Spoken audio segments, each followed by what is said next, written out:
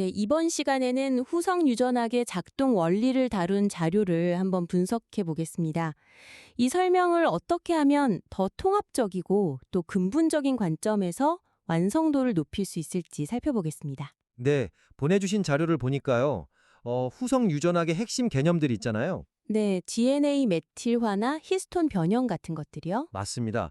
그런 DNA 메틸화, 히스톤 변형, 또 비암호화 RNA 이런 개념들을 하나하나 정말 잘 짚어주셨어요. 그래서 각 기전이 뭔지 이해하기에는 전혀 부족함이 없었습니다. 아, 그런데요. 근데 이걸 다 읽고 나면 머릿속에 독립된 지식의 조각들만 좀 떠다니는 느낌이 들더라고요. 저도 정확히 그걸 느꼈어요. 그렇죠. 그래서 이 조각들이 실제 세포 안에서 어떻게 서로 맞물려서 뭐랄까 하나의 거대한 시스템처럼 돌아가는 건지 그 전체적인 그림이 잘 안 그려지는 아쉬움이 있었습니다. 와, 비유하자면 자동차 부품 카탈로그를 본 느낌이었어요. 부품 카탈로그요? 네, 엔진, 바퀴, 변속기, 각 부품의 사양은 알겠는데 이걸 어떻게 조립해서 차를 움직이게 하는지 그 설계도가 빠진 느낌이랄까요? 아, 정확한 비유네요. DNA 메틸화도 중요하고 히스톤 변형도 중요하다는 건 알겠는데 그래서 둘은 무슨 관계지? 누가 먼저 작동하는 거지? 뭐 이런 질문들이 계속 생기더라고요. 바로 그 지점입니다. 개별 설명에 그치다 보니까 후성 유전학의 어떤 역동성이 잘 살지 못하는 거죠. 그럼 이 문제를 어떻게 해결하면 좋을까요? 선을 그냥 나열하는 방식에서 벗어나서 이들이 하나의 목표를 위해서 협력하는 통합된 이야기, 그러니까 하나의 서사로 재구성하는 겁니다. 서사로 재구성한다. 흥미로운 접근인데요. 그렇다면 그 이야기의 중심이 되는 무대 같은 게 있어야 할 텐데 뭘 중심으로 풀어가면 좋을까요? 이야기의 가장 큰 무대는 바로 염색질, 즉 크로마틴 구조 그 자체입니다. 아, 염색질 구조. 네, 유전 정보가 담긴 DNA가 실타래처럼 감겨있는 이 구조가 어떻게 열리고 닫히느냐, 이게 바로 유전자 발현의 모든 것을 결정하는 출발점이거든요. 그렇죠. 이 염색질의 개폐를 이야기의 중심축으로 삼는 겁니다. 그리고 다른 기전들이 이 무대 위에서 어떤 역할을 맡은 배우인지를 차례로 소개해 주는 거죠. 와, 무대 설정이라니. 비유가 아주 직관적인데요. 그럼 유전자가 발현되려면 일단 그 염색질이라는 무대의 막이 열려야 한다는 거군요. 맞습니다. 근데 이 무대의 막은 한 번 열리면 계속 열려 있는 건가요? 아니면 필요에 따라 계속 열었다 닫았다 할 수 있는 건가요? 그 역동성은 누가 조절하죠? 아주 좋은 질문입니다. 바로 그 역동성을 담당하는 첫 번째 배우가 등장해야죠. 그게 바로 히스톤 변형입니다. 아, 히스톤 변형? 네, 이 친구를 무대 위 조명을 조절하는 연출가나 조명 감독이라고 생각하면 쉬워요. 조명 감독이요? 예를 들어 히스톤 꼬리에 아세틸기가 붙으면 마치 무대 조명을 환하게 켜는 것처럼 염색질 구조가 느슨하게 풀립니다. 반대로 아세틸기가 떨어져 나가면 조명이 어두워지듯 구조가 빽빽하게 응축되고요. 아하! 이건 굉장히 빠르고 가역적인, 그러니까 되돌릴 수 있는 반응이거든요. 그래서 세포가 외부 신호에 신속하게 반응해야 할 때 주로 사용되는 단기적인 조절 방식인 거죠. 아, 그러니까 히스톤 변형은 필요할 때마다 껐다 켰다 할 수 있는 스위치 같은 거군요. 단기 조절이라는 점이 와닿네요. 네, 그쵸. 근데 문득 궁금한 게 우리 몸의 세포들은 단기적인 조절만 하진 않잖아요? 예를 들어 한 번 간세포가 된 세포는 죽을 때까지 간세포로 살아야 하는데 이런 장기적인 정체성은 어떻게 유지되는 건가요?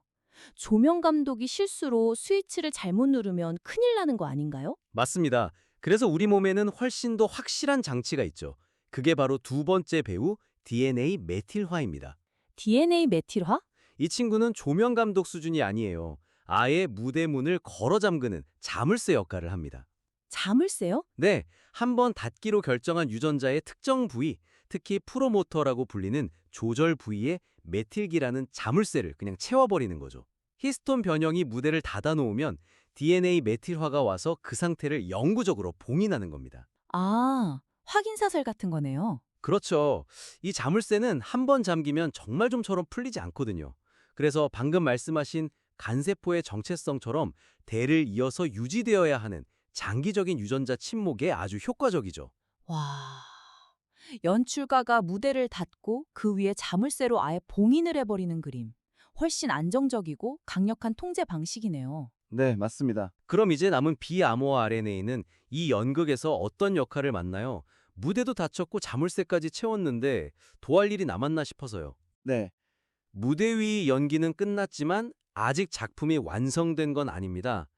마지막 배우인 비암호화 RNA는 일종의 후반 작업 또는 음향 편집을 담당한다고 볼 수 있어요.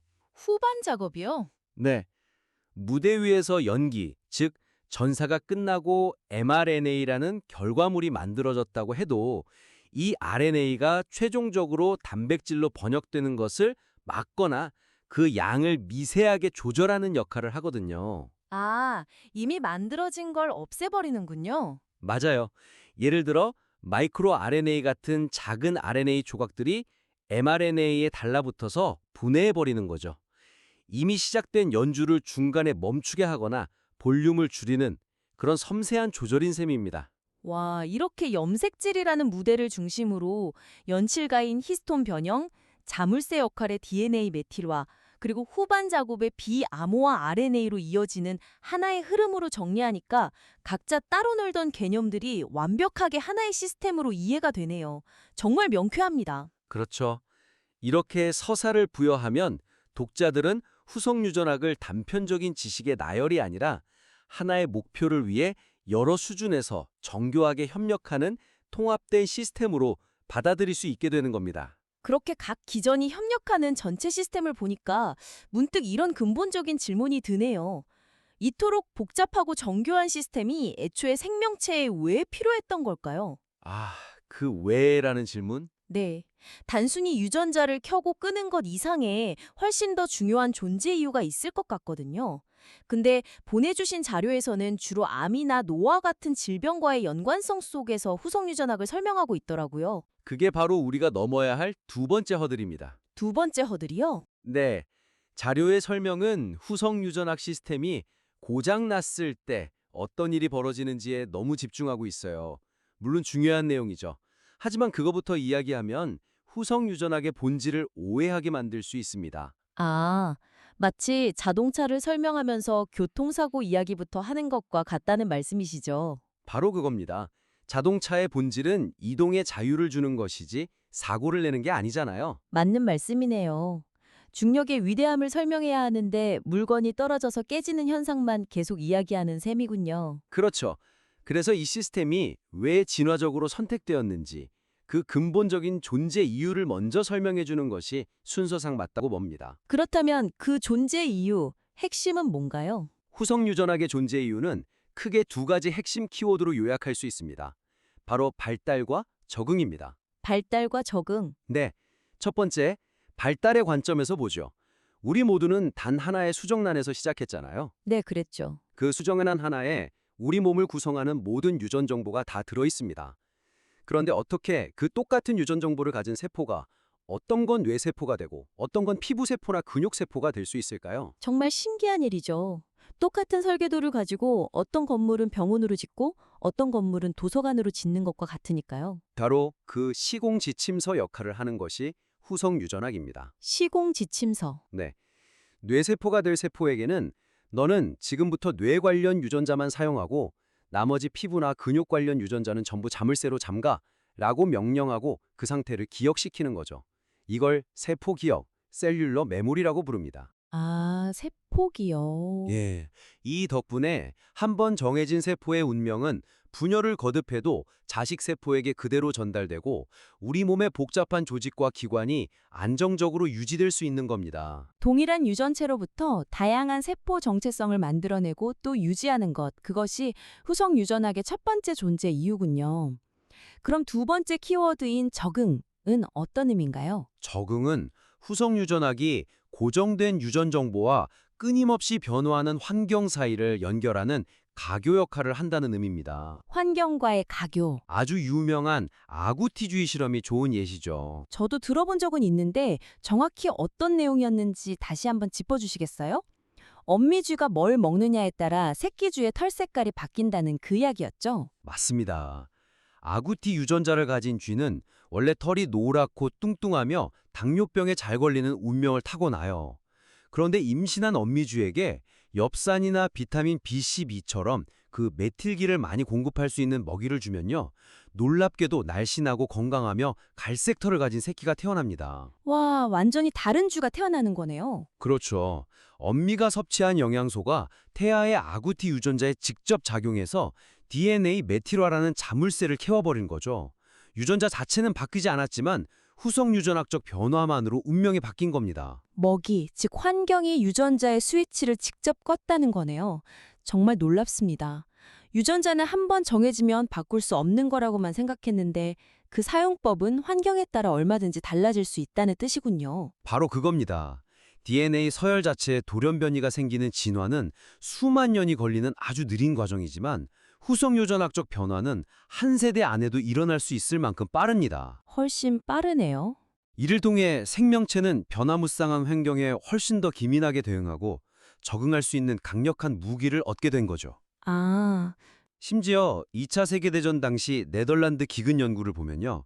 기근을 겪은 산모에게서 태어난 아이들은 나중에 비만이나 당뇨병에 걸릴 확률이 높았거든요. 왜 그런 거죠?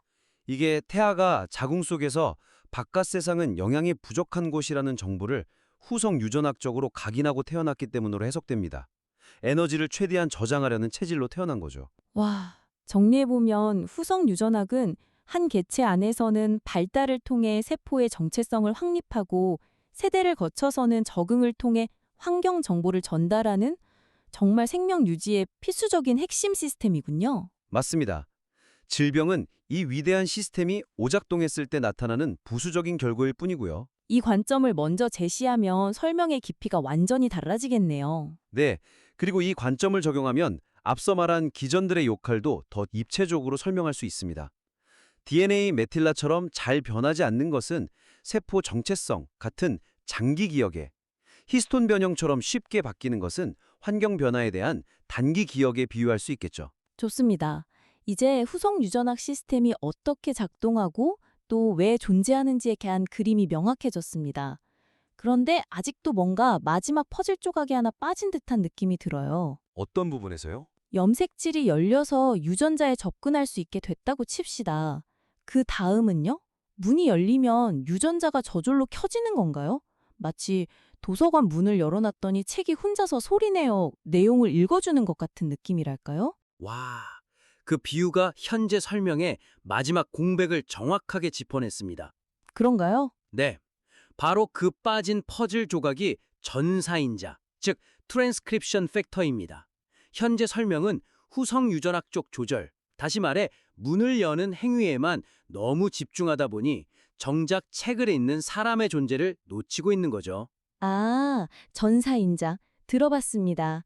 유전자 발현을 조절하는 단백질이잖아요. 맞아요. 근데 보통 후성 유전학이랑 전사인자를 좀 별개의 주제로 배우다 보니까 이 둘이 어떻게 함께 일하는지에 대해서는 깊이 생각해 본 적이 없었던 것 같아요. 대부분 그렇게 생각하죠. 하지만 이 둘은 한 팀으로 움직이는 완벽한 파트너입니다. 이 관계를 명확히 해야만 유전자 조절의 전체 그림이 완성됩니다. 파트너 관계군요. 이렇게 정리할 수 있어요. 후성 유전학적 조절은 유전자 발현을 위한 필요 조건이고 전사인자의 결합은 충분 조건입니다. 필요 조건과 충분 조건. 즉, 후성 유전학은 유전자에 대한 접근성을 결정하고요. 전사인자는 그 열린 길을 따라 들어와서 실제 유전자를 켜는 활성화를 담당하는 거죠. 아, 후성 유전학이 문을 열어줘야만 필요 조건, 전사인자가 들어와서 일을 할 수 있다. 충분 조건. 이런 관계군요. 맞습니다. 도서관 비유를 좀 더 발전시켜 볼까요? 후성 유전학은 특정 주제의 책들이 꽂힌 서가에 접근할 수 있도록 출입 금지 팻말을 치우는 도서관 관리인의 역할입니다. 네. 하지만 팻말이 치워졌다고 해서 책의 내용이 저절로 복사되지는 않죠. 그렇죠. 그 책을 찾아내서 꺼내 읽고 필요한 내용을 복사, 즉 전사하는 전문 사서가 필요합니다. 그 사서가 바로 전사인자인 거죠. 와, 그 비유는 정말 와닿네요. 심지어 사서마다 전문 분야가 다르잖아요. 역사 전문 사서, 과학 전문 사서처럼요. 바로 그겁니다. 우리 몸의 세포들도 똑같아요. 간세포와 췌장세포를 예로 들어보죠. 두 세포 모두 단백질을 만드는 알부민 유전자와 호르몬을 만드는 인슐린 유전자를 가지고 있습니다. 네, 유전자는 똑같죠. 간세포의 도서관에서는요, 후성 유전학 관리인이 알부민 유전자 소가에 출입 금지 팻말은 치워놨지만 인슐린 유전자 소가는 자물쇠로 굳게 잠가놨습니다. 아하. 그리고 그곳에는 알부민 전문 사서, 즉 알부민 전사인자가 활발하게 활동하고 있죠. 그래서 알부민 유전자만 켜지는 겁니다. 그럼 췌장세포에서는 정반대의 상황이 벌어지겠군요. 그렇죠. 인슐린 유전자 소가는 활짝 열려 있고 그곳에는 인슐린 전문 사서가 대기하고 있겠죠. 반면 알부민 유전자 소가는 접근조차 할 수 없고요. 정확합니다. 이처럼 어떤 서가를 열어둘 것인가, 즉 후성 유전학과 어떤 전문 사서를 배치할 것인가, 즉 전사인자, 이 두 가지 조건이 완벽하게 조합되어야 비로소 각 세포에 맞는 정교하고 투기적인 유전자 발현이 가능해지는 겁니다. 와, 이 마지막 연결고리를 설명에 추가해야만 염색질이 열리면 왜 유전자가 켜지는가라는 그 근본적인 질문에 완벽한 답을 줄 수 있습니다. 알겠습니다. 정리하자면 후성 유전학에 대한 설명을 한 단계 끌어올리기 위해 세 가지 방향을 제안해 주셨습니다. 첫째, 개별 기전들을 염색질 개폐라는 하나의 통합된 서사로 재구성해서 상호작용을 보여주는 것. 둘째는 질병 중심의 설명에서 벗어나 발달과 적응이라는 진화적 관점을 먼저 제시함으로써 후성 유전학의 근본적인 존재 이유를 밝히는 것이고요. 그리고 마지막으로 후성 유전학, 즉 접근성 조절과 전사인자, 즉 실제 활성화의 협력 관계를 명확히 설명해서 유전자 조절의 전체 그림을 완성하는 것이군요. 맞습니다. 이 세 가지가 핵심입니다. 이 제안들을 바탕으로 자료를 수정해서 다시 보내주시면 저희가 더 깊이 있는 논의를 이어가도록 하겠습니다.